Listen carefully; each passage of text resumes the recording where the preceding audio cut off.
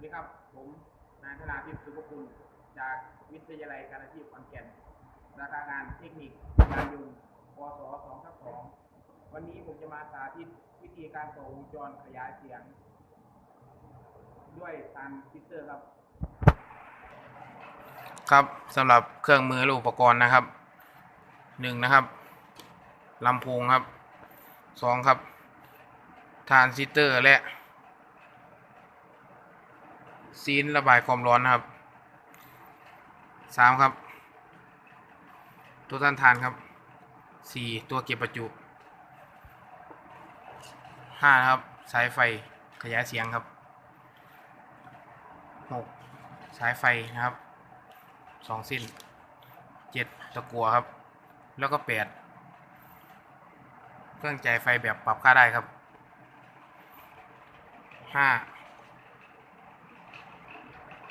บักจีนะครับครับและนี่ก็คือแผง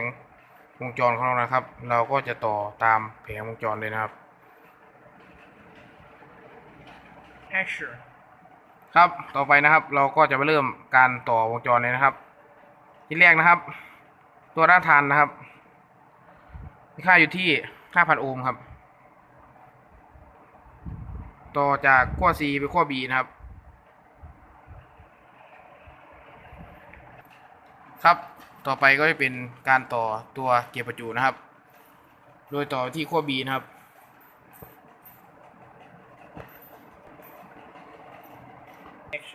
ครับเราก็ทำการต่อเสร็จเรียบร้อยนะครับต่อไปเราก็จะมาต่อตัวเก็บประจุกับสายไฟขั้วบวกใส่กันเลยนะครับ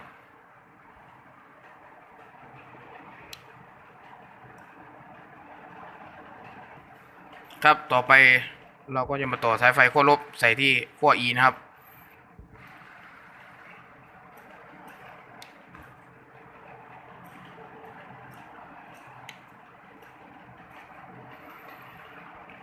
ครับก็เป็นการเสร็จเรียบร้อยครับ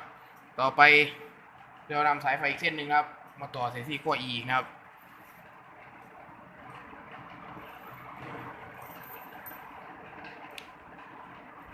ครับ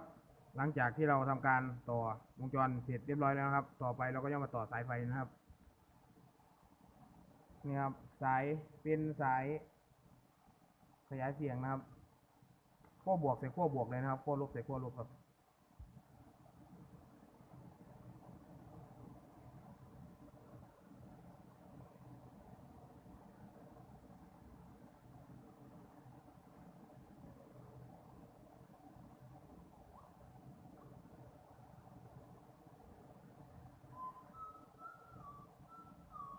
ครับเสร็จเรียบร้อยนะครับต่อไปก็จะเป็น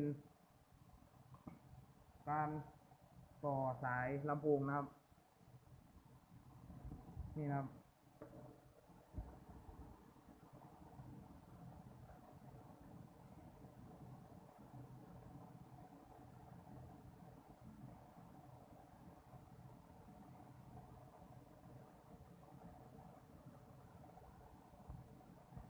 ครับต่อไปแล้วตัวจ่ายไฟแบบปรับค่าได้มา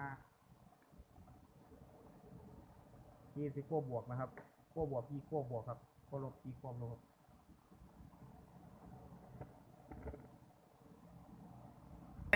ครับต่อไปแล้วก็ทำการต่อวงจรเสร็จแล้วนะครับ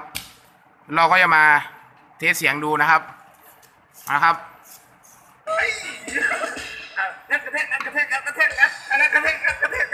ครับการต่อวงจรของเราก็ได้เสียงตามที่ต้องการแล้วนะครับ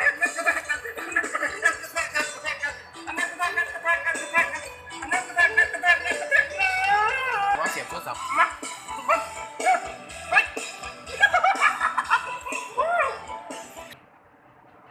ครับผมก็ขอจบการสาธิตไว้เพียงเท่านี้นะครับหากมีข้อผิดพลาดประการใดผมขอ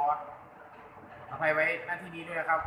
สุดท้ายครับผมฝากกดไลค์กดแชร์กด Subscribe ไว้ด้วยนะครับขอขอบคุณครับ